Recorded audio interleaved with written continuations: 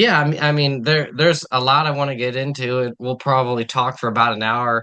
Okay. Um, but I guess to bring you up to speed with like my channel and my channel up to you, it's like most of the people know that I wrote It Eats What Feeds It, and they know that it was published by Scout, and they know also a lot of people that reach out to me. They're like, "How did you get the book overseas? Like, how does the whole idea of being an American, how do you get books read in Japan?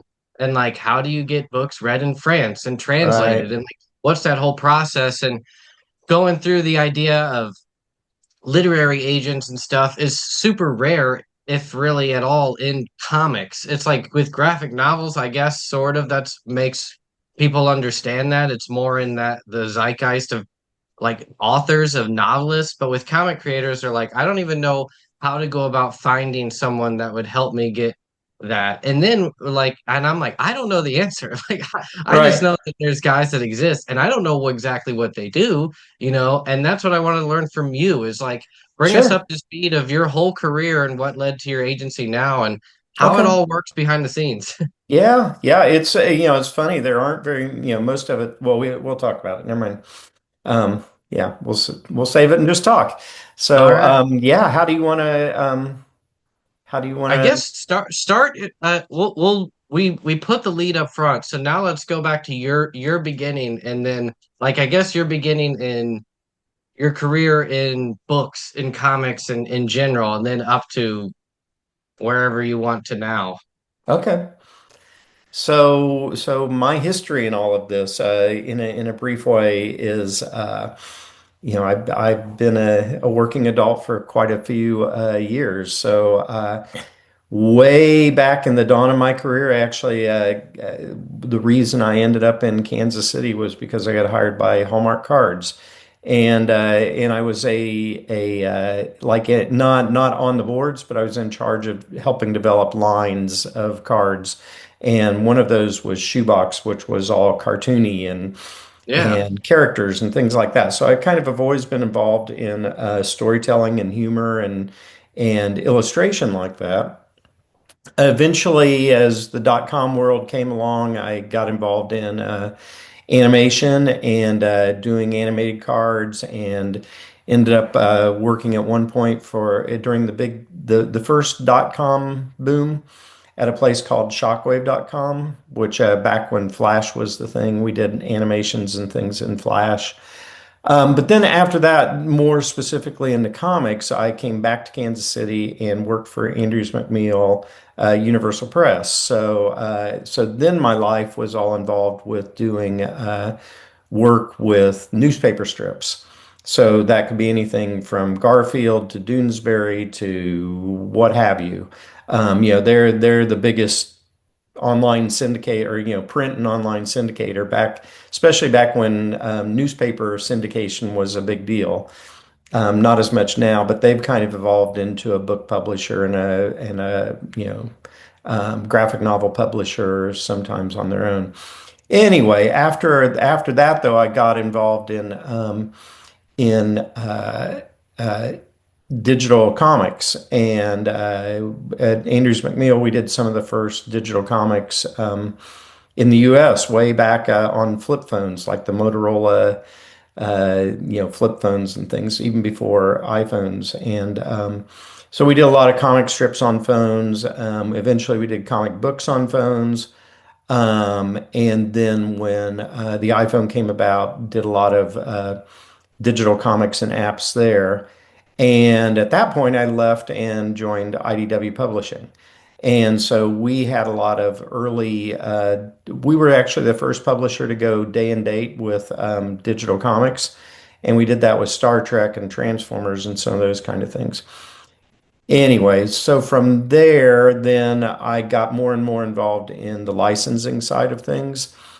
And out of the licensing side of things, I started getting involved in foreign rights. And so, yeah, in about 2015, I took over all the foreign rights for IDW. Did that for a year or so, and then for my desire to move back to the Midwest, away from San Diego, moved back to the Midwest, started my own agency, and that's where I am today. So, Dang, that's quite an array, man. There was an Adam Sandler movie. I don't remember which one it was, but his dream was to write and like create cartoons for Hallmark cards, and oh that's funny. yeah. You got your start doing that, like that, and I feel like everybody as a kid, that is the dream. You're like, there's a job where you can just make greeting Yeah. cards. Way back I mean, we're talking in the 80s and 90s here that that was before the internet took over communication of all sorts, so back in that Yeah, day, it was a greeting different cards were time. big. Not as much anymore, but they're still out there. Um, Yeah, everything.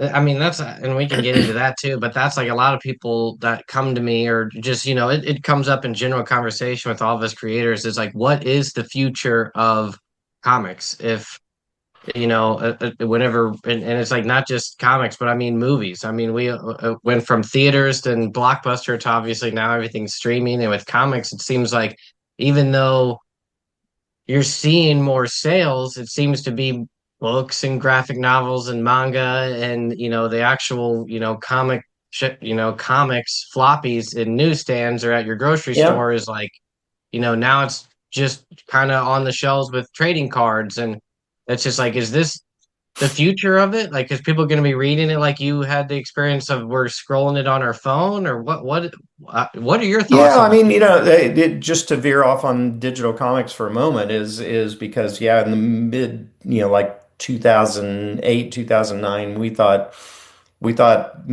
some of us thought, oh, this is going to be the death of print comics or print books in general. Yeah, But it kind of leveled off and it became about 10 to 15% of the market no matter what you did. Now, today, though, I mean, you've got a kind of a different situation with webtoons and everything, where it's almost a totally different product than it was, yeah. which is what it should be. I mean, I think it was always kind of awkward trying to just crop and cut and paste print comics Yeah, into. they are designed like they're designed to be scrolled and they're zoomed in. It's almost like Yeah, you're reading a film. Uh, yeah, and I've tried to adapt my my comics as they are in floppy form to then be like, all right, how do I make this like scroll down? And it doesn't, yeah, it doesn't translate. It is kind of a completely different medium and not just yeah. a different form of reading it. And Um, though also now you've got some of the most popular webtoons publishers like Oni Press or Andrews McMeel or whoever, they're taking the webtoons and reassembling them as printed pages and they're selling those because they are finding, say, if somebody's a huge fan of Webtoon X, mhm. they like the idea that they can buy a printed version of it and save it and put it on their shelf and have a physical copy of it. So it's kind of funny. It's gone full circle, that It seems natural to want to go both sides and that it would work, but like you said, it's probably always going to be 10 to 20% of either side. If you started in yeah, one way, and nowadays, if someone got their start reading comics through Webtoon, it might be a weird way to adapt to floppies and the other way around. right. Yeah, because I mean they're kind of, webtoons are similar to manga in that they're kind of a speed read. I mean you're zooming Oh through these yeah, scrolling panels much faster than you do a printed page, where for you kind of sure. study a printed page, or I do anyway. So Yeah, that's half the I always describe it as like comics are physical art. You kind of do want to treat them almost like as if it is.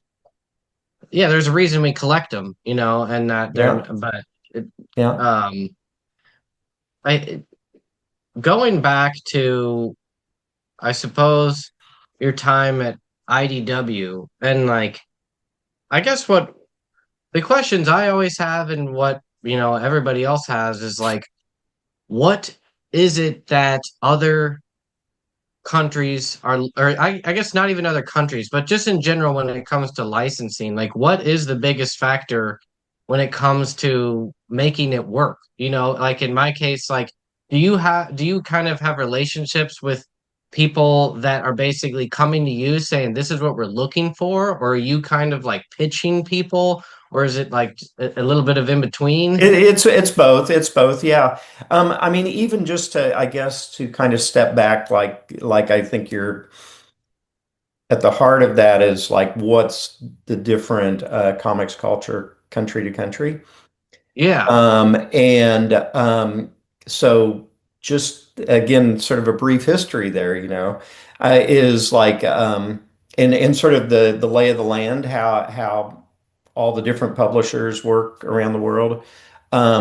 Europe's the biggest market, obviously, for U.S. comics to translate and sell our books in Europe, but that basically came about early on. Marvel started doing like reprints in other countries and things like that, and DC somewhat. But there's a few interesting characters in the history of it, like in the 70s and early 80s, France started bringing in a lot of American creators that weren't necessarily Superman, Batman, Spider-Man, but they were bringing like Bernie Wrightson or Jeff Jones or all this sort of more independent creators. And there was actually there's a guy that was really important in all this, a guy named Farshid Baruka, who's still around, was one of the first people in France that brought U.S. creators like those folks into French comics. And this is around the same time as like heavy metal and things like that. So there was kind of a feed of creativity going both directions. The people that you'd see in Metal Hurlant and things like that were starting to cross over into the US, but there were also creators crossing over into Europe and finding audiences over in Europe. Um, so France obviously has, the French comic graphic novel readership and publishing is huge, much bigger than the U.S. Um, Okay. and it's because there's every kind of storyline imaginable. I mean, not just superheroes or anything like that, but it could be many, many personal stories about life, or whether they're based on truth or they're based on you know fiction or fantasy or whatever, but a very, very big readership there. um, which incidentally, well, we'll come back to the digital side of it later, never mind. um, anyway, they're big readership in France. And so that was one of the main footholds of the early days of US comics being translated and taken over into Europe, aside from just being reprinted in the UK because it was all in English there, and so France remains the biggest market, and the biggest market also for importing US comics. Bigger print runs a lot of times than US graphic novels, things like that. That's probably followed by Spain, which, a lot of times the Spain publishers in Spain might have worldwide Spanish rights. So they may cover Latin America, or there may be separate publishers in Latin America, but Spanish and Spain is a big market. Italy, Germany somewhat, except Germany, many people in Germany speak English and read English. And a lot of times they'd rather read the original text in English than read a translation of that. So Germany, even though it's a large country, is not as big of a comics importer as France or some of these other territories. So then that's followed by lots and lots of smaller territories. I mean, Turkey, Czechia, all sorts of Eastern Europe countries, Poland, various territories. Some of those have extremely small print runs, and they're run almost as people that love the medium, and they're probably not, large companies, but they might, buy the rights for a book and only print 500 copies or something like that, which is I always kind of amazing that they can afford to run a business that way. Yeah. So anyway, that's sort of the history. I guess the other piece of the history in the past couple decades is the company, and it wasn't just Delcor, but Delcor was a big piece of it, and a guy named Thierry Mornay were the first people to import and translate Walking Dead, and then all the other Kirkman books. And just like Walking Dead, like raised all boats in the U.S. and raised awareness of the medium and everything, it happened there in Europe for raising attention for American comics. So there has been over the past couple decades, there was a huge amount of translation and buying rights and translating books into Europe, and that's slowed down a little bit, just like after Walking Dead and everything has sort of slowed down here and the comic market's changed over the past couple of years. There are changes in the comic market there in Europe overall, where the sales of rights is a little bit lower than it has been over the past decade or so. It's kind of transition, not in a big way, but just like the U.S. markets had its hiccups and bumps over the past couple of years, that's happened in Europe too. Um, so anyway, so let's see. So that's kind of the backstory, the history of where all the countries land. Another big piece of it in the superhero space is a company, Panini, that's based in Italy, but publishes in many languages, both in Italian, Spanish, German, French. Panini controls all the international rights for Marvel Comics, and they have for a long, long time. So instead of Marvel having their own rights management people like me, Yeah. they just handed it off to Panini and said, "You guys go figure it out for the European market." Okay. And so they not only Europe, but I mean, Latin America, everywhere, worldwide, they control the rights. So if somebody wants to license Spider-Man for whatever, Korea, whatever country they want, they go to Panini, not to Marvel, not to Disney. Mm. And DC had a team that managed their foreign rights for many, many years, and that was all in-house. And just a few years ago, in one of the big changeovers at DC, when all the different things that have happened to DC over the past several years, at one point they handed all of their, instead of keeping foreign rights internal at DC, they handed those over to a company named Mediatune in France. And now Mediatune manages all foreign rights for DC, just like Panini manages all foreign rights for Marvel. So if you want to license Batman, you go to Mediatune in France, no matter whatever country you're in. And then it even gets stranger in that Panini has a deal with Mediatune that they do all the DC publishing in Spanish. So so, Panini is a huge piece when you're looking at the superhero market, when you're looking at that type of comic. Uh-huh. They have worldwide Marvel, plus they have worldwide Spanish language with DC. So, which is kind of funny. It's like, the same company sells both Marvel and DC. Yeah. Um, the one thing about DC Comics, though, internationally is a huge, huge percentage of that is just Batman. Like Batman's extremely popular worldwide, and not as many of the other series that DC has, where Marvel might be Spider-Man, Avengers, et cetera, et cetera. But anyway, so all that said, that kind of locks up the superhero world. Okay. Those big corporations manage the superheroes, and the shelf space throughout the world for all those superhero comics. So people like me, people like publishers like IDW, Dark Horse, Image, you know, everybody else, we're more focused on all the other things that aren't superheroes. And Yeah.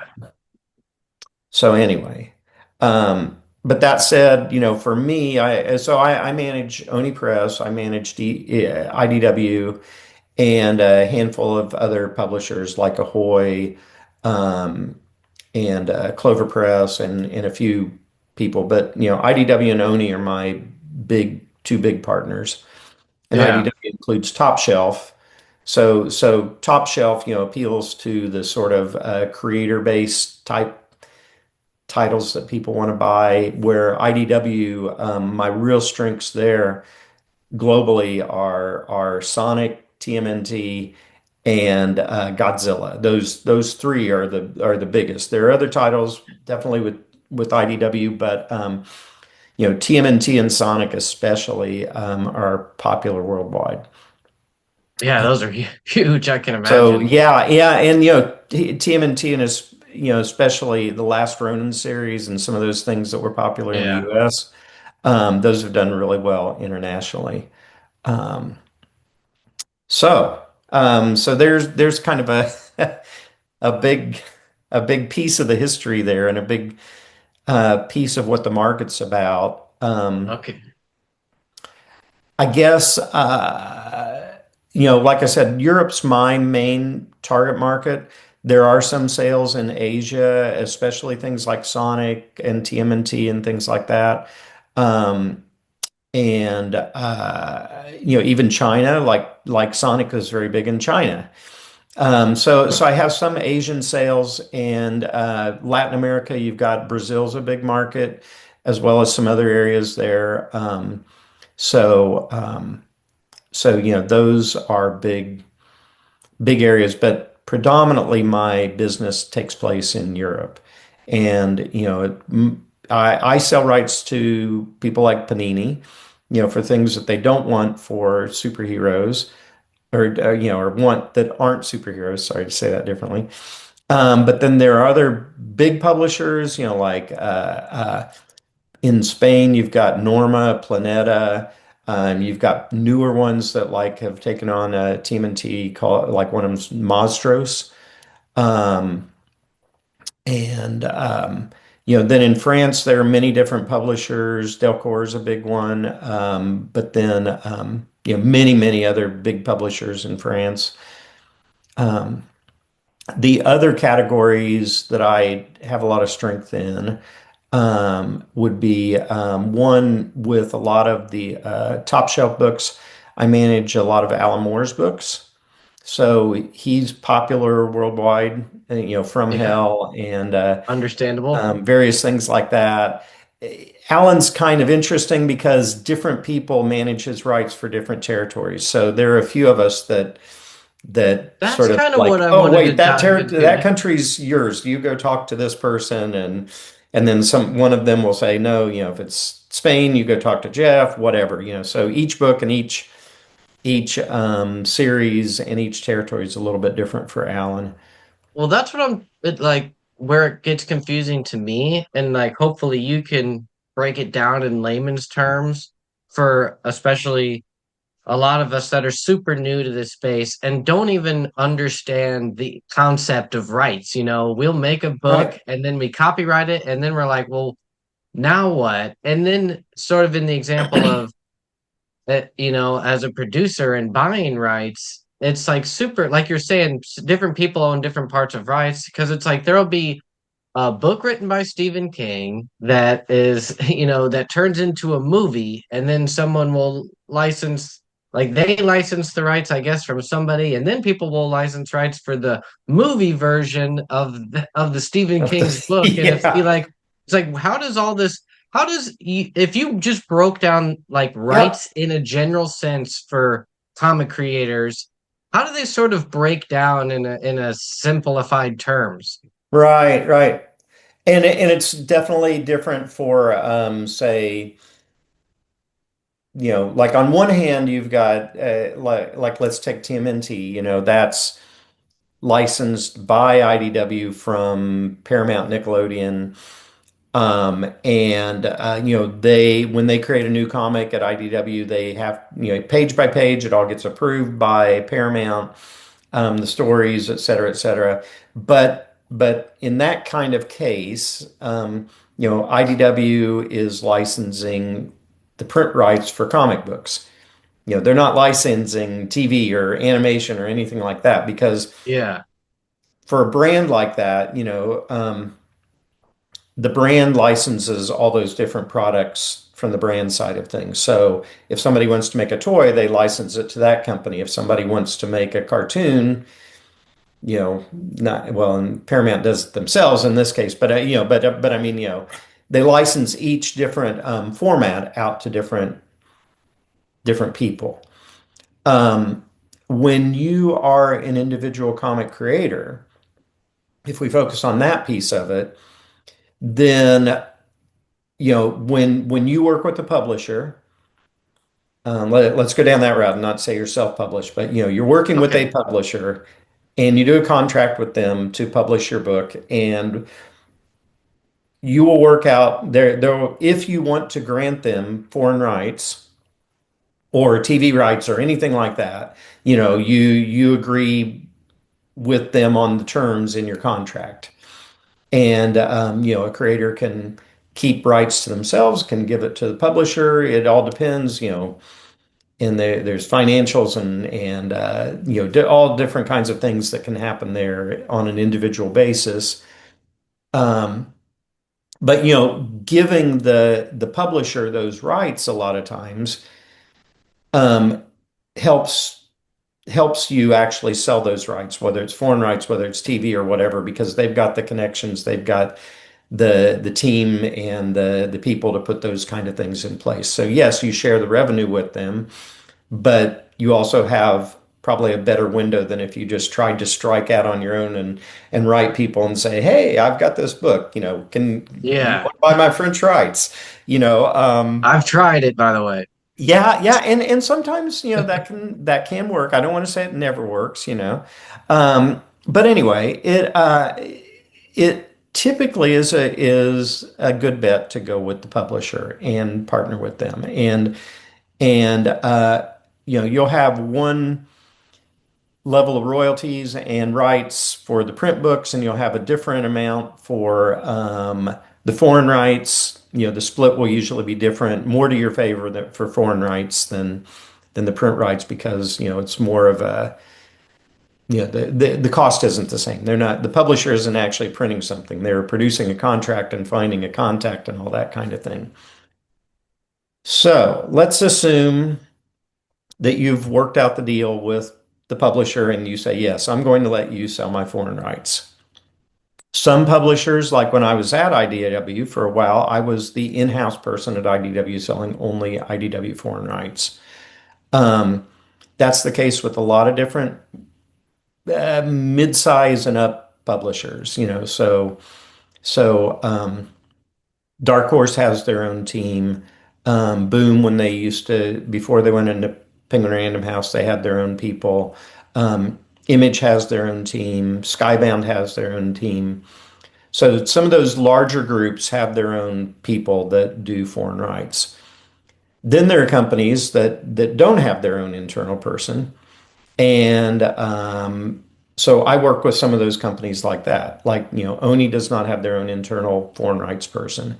IDW does not now. They did back then, but after I left and started my own agency after a year or two, we actually partnered back and I represent IDW instead of them having their own internal staff. So back to what I was saying, I guess I represent publishers and the books that they have in their catalog. And so I'm out pitching those books to people all over the world, whether, Europe, Latin America, Asia, whatever. And I have literally a couple hundred or more publishers that I work with at time to time. And I keep track of those publishers like, oh, this person likes indie books. This person likes LGBTQ books. This person likes science fiction, whatever, because each of them may have their own specialty. So I try to pitch to those folks. And at the same time, to your point earlier, if somebody in a publisher overseas is looking for books from the US, they're signed up for newsletters. They're reading all the announcements. They're seeing the new books that come out. So many times they come to me as quickly as I come to them, and they're saying, "Hey, what about this book that IDW just published?" Yeah. So it goes both ways, and it's really like many, many things in this world. It's about relationships, and I've worked with you know some of these people for quite a while, and so they know how to get a hold of me. They know how to track the books that they want or that I'm pitching to them. I do newsletters, I do things like that. I meet them at book fairs, and and so there's a lot of back and forth of titles. And I keep a huge database of all my contracts, all my territories where things are sold and things like that because between those publishers, that's a lot of titles. Um, Yeah. and just like when you were at Scout, I mean, there hundreds of books just at Scout, Yeah. Yeah. So it's a lot of titles, it's a lot of territories. So I use as a tech aside, I use a software called Airtable, which is popular to a lot of people in publishing or various things where it's kind of a relational database that I have built my own system of where I can say, is Sonic published in Italy? Yes, here are the books that are published. Here's when their contract terms are up, et cetera, et cetera, et cetera. So, I can Yeah, go you'd through. have to have something detailed deep for like the hundreds and hundreds of titles that you have in every different territory. To back up a little bit, like I don't think a lot of my audience even knows that what territory means. It's like, so if you Oh, already said, it's right. like Yeah. if Territory. you start at The country zero. the country that's buying the book. Sorry. So Um, yeah, if you sold one thing to different or license it to different countries, and then it's usually for a set time frame. And yeah. sometimes I'm guessing it can be for a very specific type. So if you're saying like if someone owns the print publishing rights, someone else might have the digital rights or something like that. Or does that happen? No, well, it doesn't happen just in the book, print and digital too much because, like I was gonna, digital is not that as big outside of the US or outside of English language. And it's kind of Mm, because there are so many languages and some of yeah. them are for such small countries or territories or segments of the population that there never became quite as strong an approach of foreign language books for digital as it did in English language. So usually, well, let's just go through the scenario of how something works. So that I think Okay. that might help. So somebody comes to me and says, I want well, like I'll use Genderqueer as an example, which is a very popular Oni book. That's an LGBTQ book, and that's one that I represent. So somebody comes to me and says, I want Genderqueer for Germany. And so I even have a form on my website, but we negotiate an offer. And the offer is typically, for it might cover like in Germany, it might also cover Switzerland or something like that, where there are German speakers, things like that. But in general, it's like here's a German publisher and they want the rights for Germany. Gotcha. Um, a typical time frame is for a 5-year license because it can go down to about 3 years, but anything less than that, by the time somebody translates, gets slotted into their own distribution, et cetera, et cetera. I mean, a year or so isn't really a long enough time to sell a book. So a standard time frame is 5 years. If somebody gives you a bigger offer, maybe they'll get 7 years or something like that, but standard time frame is 5 years. Standard royalty rate is somewhere in the 8 to 10% range. And that's 8 to 10% of the retail cover price, not the wholesale price. So it's a little different than in the US where royalty rates typically follow a wholesale rate of, Hmm. what the publisher sells to the comic shop And or just whoever, or, you know, and without getting all into wholesale rates, but wholesale's always roughly half or so of the actual yeah, retail price, where the royalty rate for comics is typically 8 to 10% of the retail price that they're selling the book. So nice. so they'll put together an offer and say, we're going to print 2,000 copies of this book, and it's going to be 20 euro, and we'll give you 8% royalty.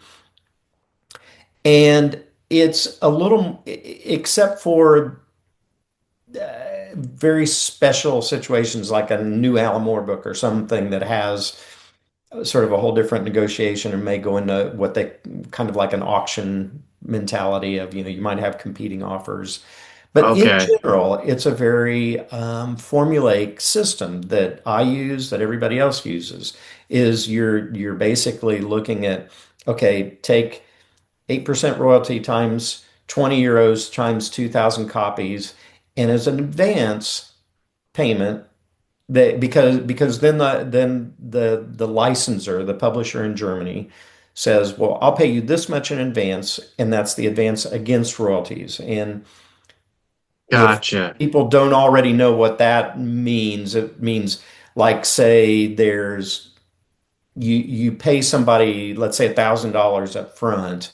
That $1,000 goes toward the royalties they will owe you. And eventually, hopefully, they will sell past that $1,000 and then start sending you royalty checks after that.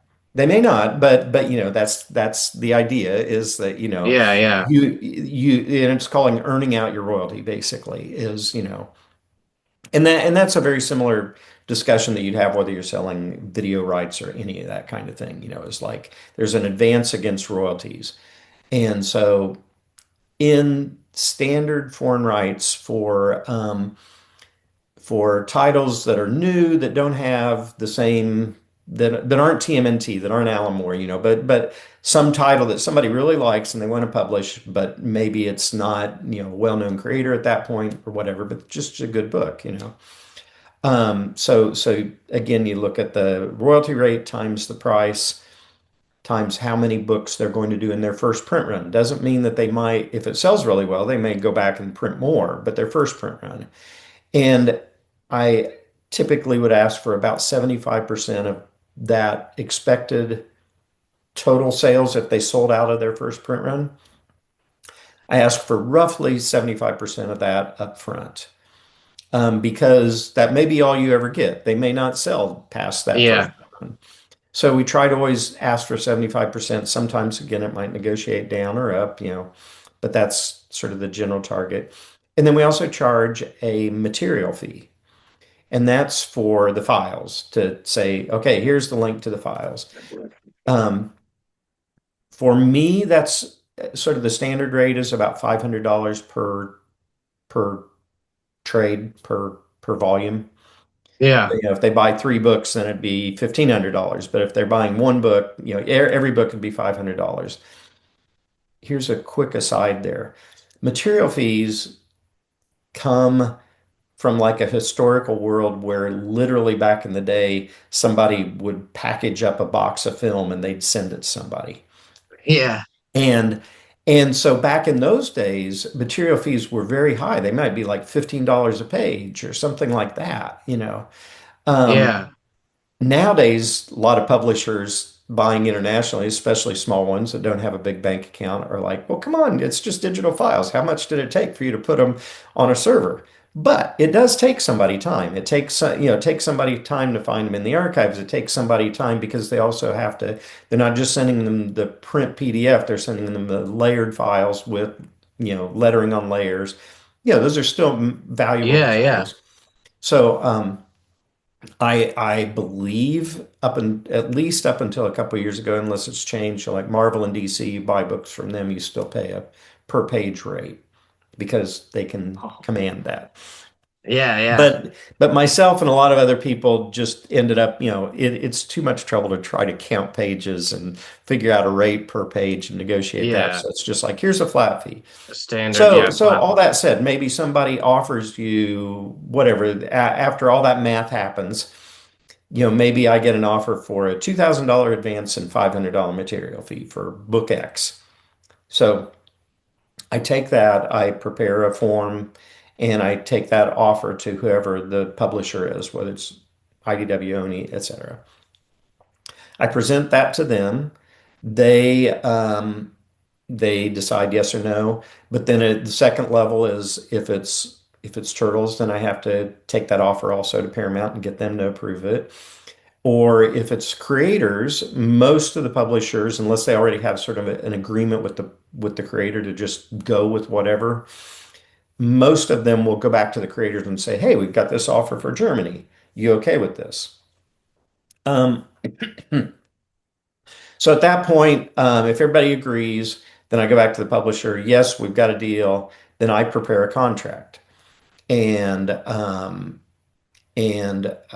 contract typically just needs to be signed by the publisher because they've already done like a contract with you or whoever the creator is. You don't need multiple signatures as long as the creators know what the deal is.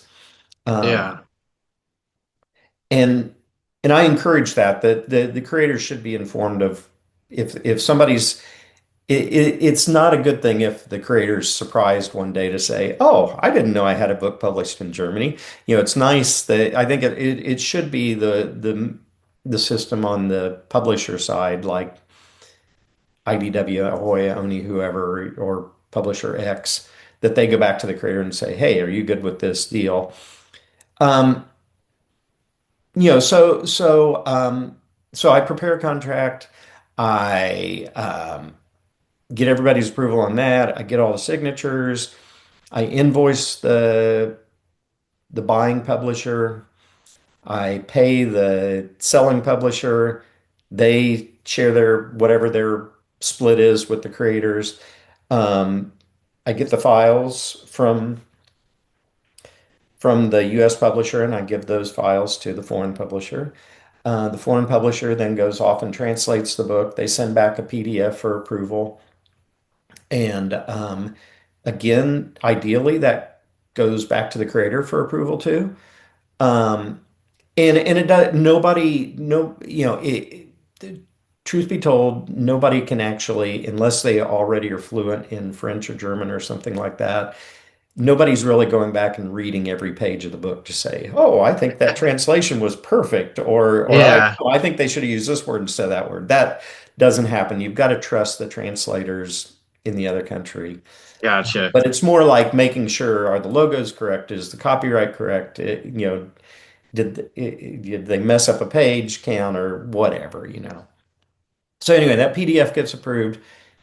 They print it, they sell it, they send sample copies back to the publisher. The publisher hopefully sends a copy or two to the creators, and that's sort of the process. And then, if they sell the book, but it doesn't sell as well, you've always got your advance you made. If it sells real well, or maybe they go back, like take Genderqueer, it became a very, very popular book worldwide. So they may go back and print again and again and again.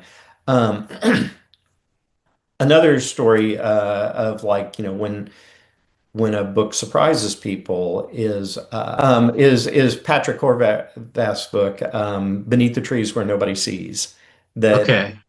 totally surprised everybody at IDW, even that it became as big as it did, and became a huge, huge book, sold as well as Spider-Man.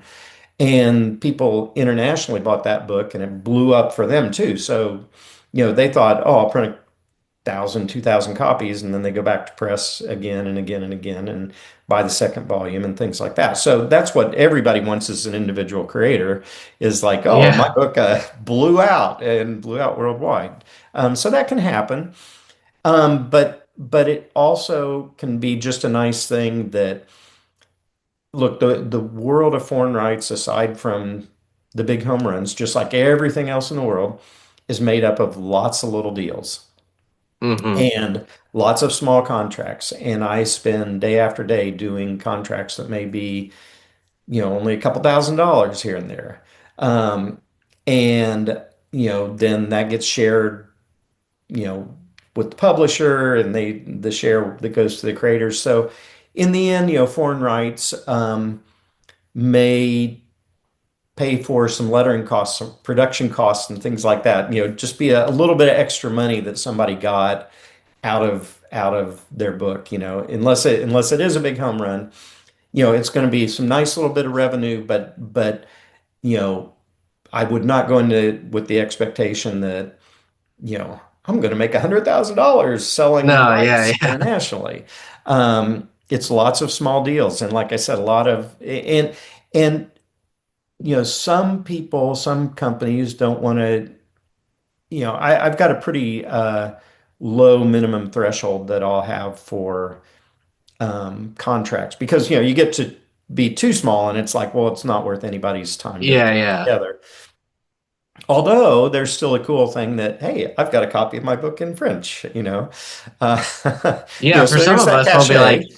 as long as Um, it's $1, we'll take it just to yeah, get it over yeah. there. But I mean, there is kind of a limit of how low you can go. But I'm happy to usually go to fairly low amounts, I mean, we'll have rights like when you realize, oh, Slovenia and Slovakia are actually two different countries, but they both want to buy comics, and like some of those small territories, it's kind of a labor of love by somebody that really loves comics and wants to get stories out in his market, his or her market, and so they're scraping things together to be a publisher and things like that. And Yeah, that especially us in the U.S., like we forget that Slovenia, Czech Republic, like some of those places are smaller than, the states we live in by a lot. yeah, yeah. Um, But so but it's but so again, cool. on the other hand, I mean there are big deals that will come through from France or the bigger territories. Um, and again, it all comes down to having the contacts and relationships. And one of almost all of my business is online. Either whether it's a video call with somebody or I was gonna emails, ask, all do you that stuff. travel at all?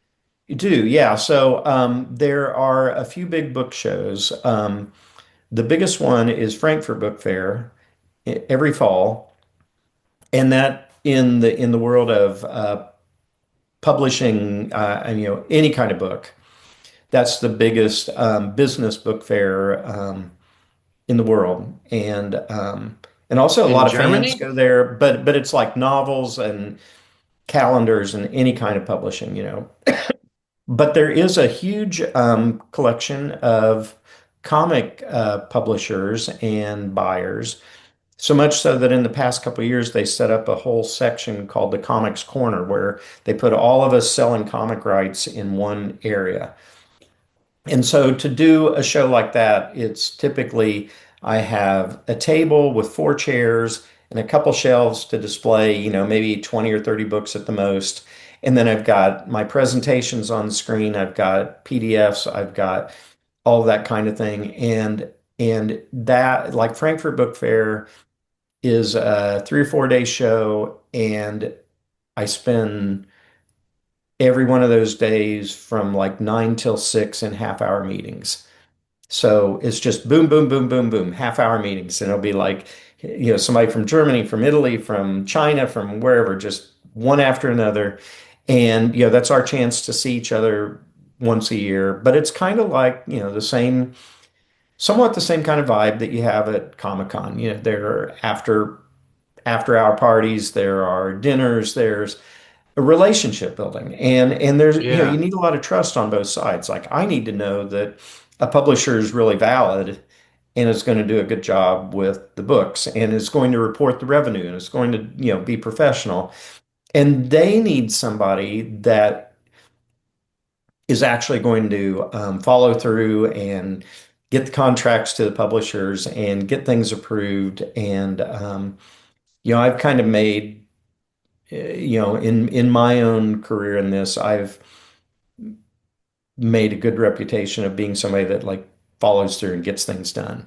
And I think that's what people want. Nothing's more frustrating is if you present an offer and then you don't hear back or, I mean, so and the comics graphic novel space is very different than say the novel world out there. Like if you go to a place like this and Penguin Random House maybe has half the size of a football field worth of tables and they're having meetings for novels and things like that. But that world tends to go much slower and it's very old school, where I think Yeah. we're a lot scrappier.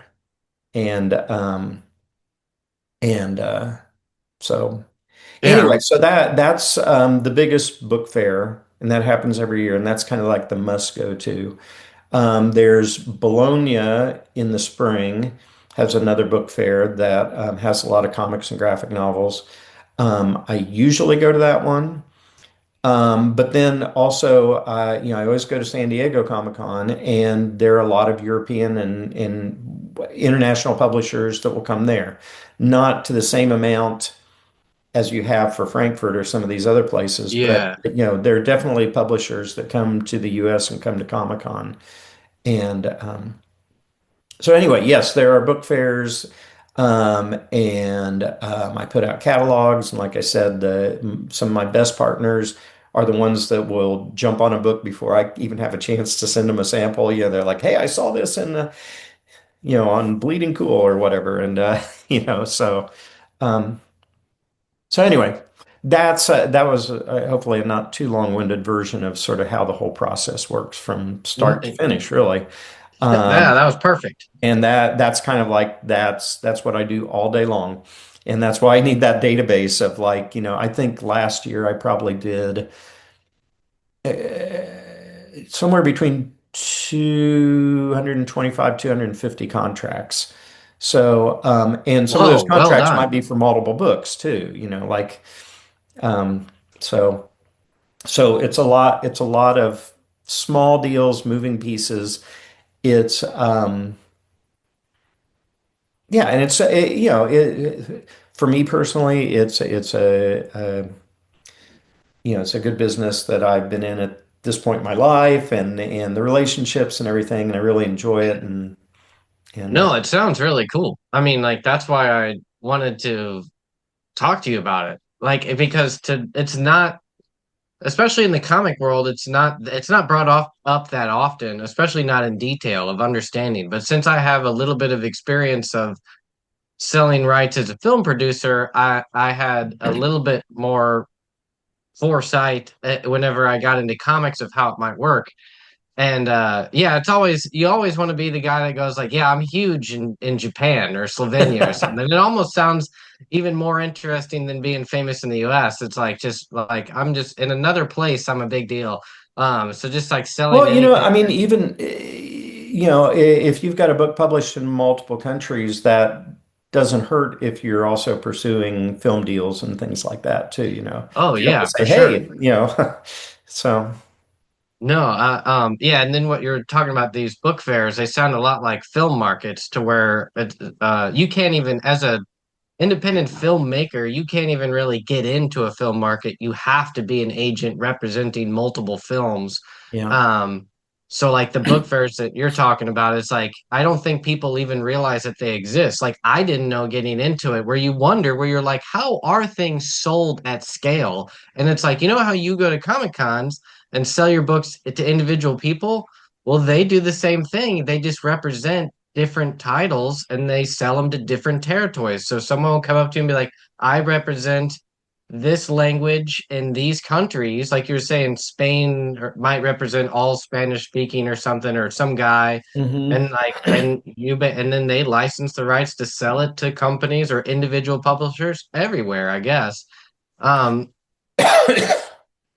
For the most part, it's the publishers buying the rights. yeah, I guess there's not It, much like agent to agent. It is truly like, well, that's interesting. Actually, yeah, in most territories, it's actually the publisher buying the rights, and they're going to print the book themselves. Um, and that's what they're buying the rights. They're not buying the rights to they don't get the rights to sublicense it to somebody else. Yeah, But gotcha. mostly in the Asian markets, it's working with agents that that represent the publishers, and that's just it's a cultural thing, I think, more than anything else. But so yeah, it will be um, like I might work with a Chinese agent that represents all sorts of different publishers in China, and they get a percentage of the sale. Then, well, it can work both ways. Sometimes they're what people refer to as scouts, and they get paid by the Oh, buying publisher. And other times they get a percentage of the total deal. And there could be different like different agents for Korea, for Japan. Um, Japan's a very hard market to get U.S. comics published in. I, Um, I wanted to dive into that. Like, why is that? It seems like it's just so impossible. it is, other than like Turtles, Sonic is from Japan, actually, Um, even there might be situations like that where, so there's a publisher in Japan that publishes the Sonic comics that IDW creates. So what they do is they just pay the material fee to IDW to get the files, but they have the licensing contract with Sega. So, sometimes you have strange Oh, situations whoa. like Yeah, that. yeah. But Turtles is one of the few things that does well in Japan. But even compared to manga, I mean, Japan just has its own content and they have so much of it, and Yeah. they don't have people that care that much about US, English language Western comic stylings, I guess. Yeah, and but I'll get that from so many people. Well, they're basically saying like, I'm making a manga. How do I get my manga in Japan? I'm like, I have no idea. Like, you have to submit to the publishers as a creator, and it needs to be in Japanese. Like, I don't know any other really way around it from everything Yeah. I've attempted. It's kind of like they don't buy anything in the English language. I'm not saying they don't at all, but it's just like it's Right. not as I guess like it's good to hear from you that I my research isn't like failed. It's No, really no, just it's is that it's difficult. no, yeah, and I mean, there's a little more purchasing from Korea, Vietnam, China, a little more openness, but I mean, even as you already know, it's like manga created outside of Japan isn't really manga to a Japanese reader, I mean, it's gotta be, it's like Yeah. it's like It's Scotch from Scotland, It's like yeah, yeah, exactly. it's not really, It's not you know, it's yeah, it's not real. It's synthetic. yeah. It loses its purity. But Um man, yeah, well, I think we covered a lot of ground. yeah, yeah. I mean, I would say overall, it's a fun space to be in. It's amazing to make friends with people all over the world. And it's just like everything else in comics or publishing. The majority of everybody you deal with are creative people and they're invested in the medium and things like that. It's not like hardcore business, they care about the product too, so, I think there's a lot of friendships, and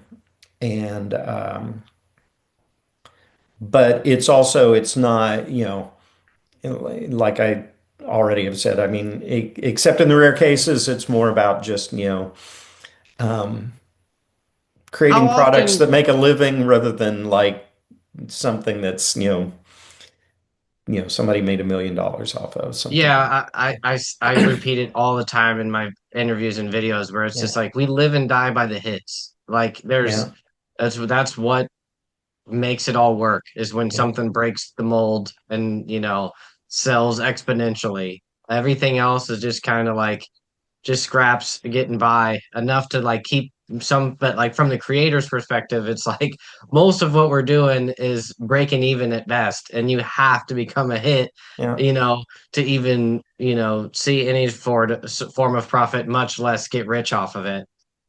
And there's also just kind of back to the whole state of the business right now is just like in the US, there's only so much shelf space. And it's hugely competitive, and it's been very competitive for English language books. So, like I said earlier, it's like the past couple of years have been slower.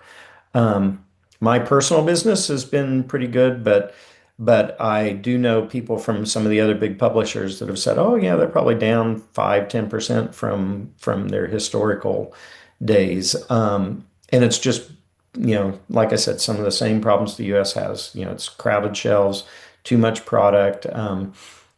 Lots of things that were licensed and put on sale over COVID that then kind of the shelves had to clean back out, and you know, so, I've found that for my business, it's not the kind of thing I could hire like 10 people and turn it into this monster size business. It's a very much Yeah, a sort of a cottage industry type thing. So like I said, it's good, for where I am in life, this is a great thing to do. But it's I've even focused down. At one point I represented about 30 publishers, and I found that it was one, I too couldn't much. represent everybody's titles as well as I should, and it was like diminishing returns kind of thing. So I've really pulled back over the past year or so and focused down to kind of a core group of publishers that make sense for me. That makes it. I mean, yeah, you have to do it that way. It's I always joke about it on my channel to where it's like as a writer or editor of comics, it's like I get enough demand to make it too much work and not enough demand to actually like make it a full-time job. It's like I'm at this Yeah, weird window to where it's like I get too much to where I feel like bombarded and not enough to actually like pursue it hardcore. right. That leads me to um I don't even know how to begin. Like you have so much like experience with all this. It's like I don't even know what to ask you about. Like what I just started was I started the Internet Comic Database, and so I it's Yeah, like a I can't remember if I mentioned it to you or not, but it's like meant to actually connect basically creators with publishers. So it's like kind of like IMDb, but ICDB, Internet Comic Database, where you create a profile and you have sort of a resume of all your books. But the kind of key difference that is, I is that you can store and warehouse and archive all of your work, and then if you have a completed book, you can sort of list it into like my newsletters and stuff that are read by publishers who are looking to license rights and stuff like that. And I yeah, and I just found with like my YouTube channel that so many people didn't really understand the process behind the scenes. So I started to build this like platform to where it's like what you might understand is sort of IMDb. So it's like here's your profile, and it's like now if you want to collaborate with somebody, right. you can find their profile and connect with them.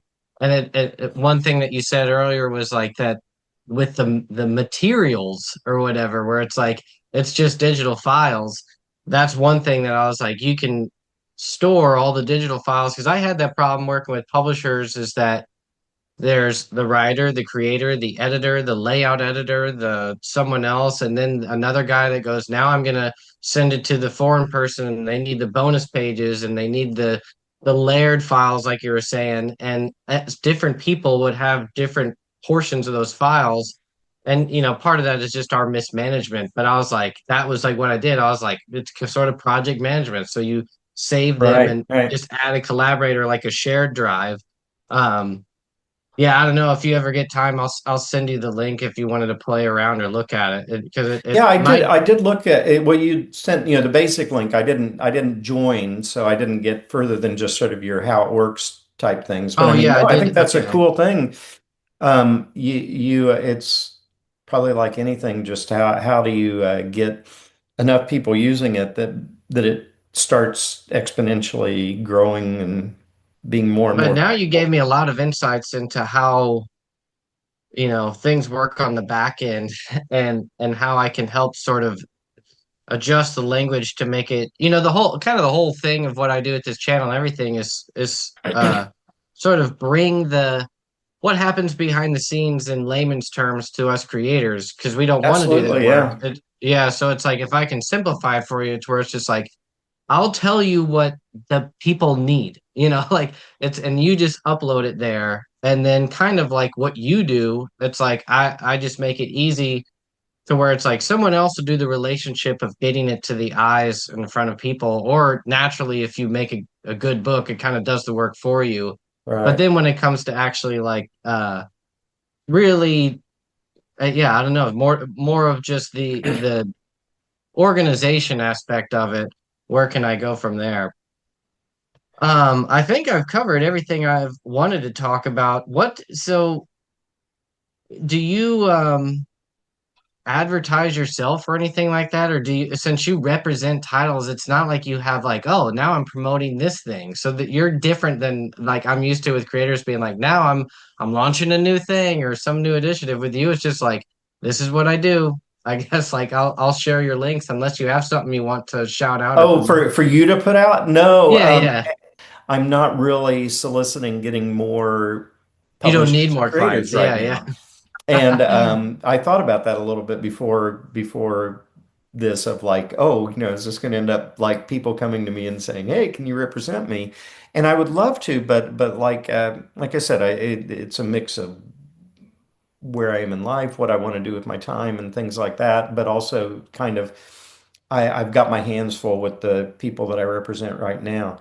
But the interesting thing to me is, other than the sort of network of people I know in the US that represent other publishers, there isn't anybody else right now doing what I do as a standalone agent for comics in this way. Now there are people in the literary space that I think, here and there are people that may represent Dogman or whoever that just happen to Yeah, be, yeah. somebody's literary agent that also represent foreign rights. So I won't say there isn't anybody, but it's kind of the way I do it, where I'm just representing whole publishers. Um, Nobody else is doing that. So even some of the publishers that I've gone to and said, well, I'm going to cut back my catalog, and so I'm no longer going to represent you. And they're like, oh, well, who can I go to? And it's like, I don't know. Dang. Uh, Yeah, that gives me a lot of ideas. Well, yeah, for go one for thing it. I wanted is like, yeah, it's like there is a space for kind of what I'm building for that, to where it's kind of like in film, there's sort of people like you who represent the big titles and maybe some of the like mid levels that have a lot of big IP is attached to them. But like for the individual creators or the people that make one or two movies a year, there's like nothing. People just list them on sort of a free for all website. Yeah. Um, or like a database, and like that's kind of what I'm building with my ICDB thing. But I wanted to bring up that I work with other agents in film, novels, and everything. Uh, and one of them sent me something that was basically for people breaking into selling their rights. They broke down like kind of where to find the agents, sales agents, and Mhm. stuff. It's like a thing that comes from I don't want to or even want to say who it came from. But then like I'm looking at it and there's zero agents, zero literary agents or whatever that represent comics. It's just like there'll be an agent that represents a bunch of different titles, and then they might add in that they represent graphic novels or cartoons or Right. something like that. But there's nothing where it's just like this guy represents comics. It's literally zero in the entire Yeah. catalog. You can't even like add it as a sub cult genre of like like the thing to. So it's like this is a very niche space, but it seems Well, so and crazy to be especially so individual small. creators, that's like, Yeah, I mean, if you've got an agent that's helping pitch your things to IDW or whoever, that's one thing, but they're usually not pitching foreign rights. And I will also say the world of foreign rights is not made up of the same kind of like, hey, I've got a story idea, will you help fund it? it's what they want in foreign rights are finished product. Exactly. So that, that's one thing is like the world of foreign rights runs about a year behind the publishing cycle in the US. By the time they go to print, they want to be able to review a finished, even if it's made up of single issues, they want to review the finished trade or the finished graphic novel so that they can decide if they want to buy it. Because sometimes, even with the best publishers, the best creators, people have gotten burned like, okay, I know this is going to be a 5 issue series and the trade's going to be done here. I'll go ahead and buy it on issue one. Well, there are times when that trade never happens, and then you've got Yeah. to work with that publisher to say, oh, well, how do I make it right for you? Because this was an individual creator. It wasn't just like I can sub in a different book from IDW because that's a different, you know, Yeah. that's not the same Th- creator. It's not the same contract. It's so more and more people really want to see the finished trade, the finished graphic novel. And then by the time they see that and they put it in their cycle, by the time they publish it, it may be a year or more afterward. It's kind of I don't want to say backlist, but it trails. It doesn't yeah. rarely do people publish at the same time as the US or close to it. Um, Yeah, and that's the biggest hang up with independent creators is everyone wants to get a deal before they finish the book. yeah. Understandably. And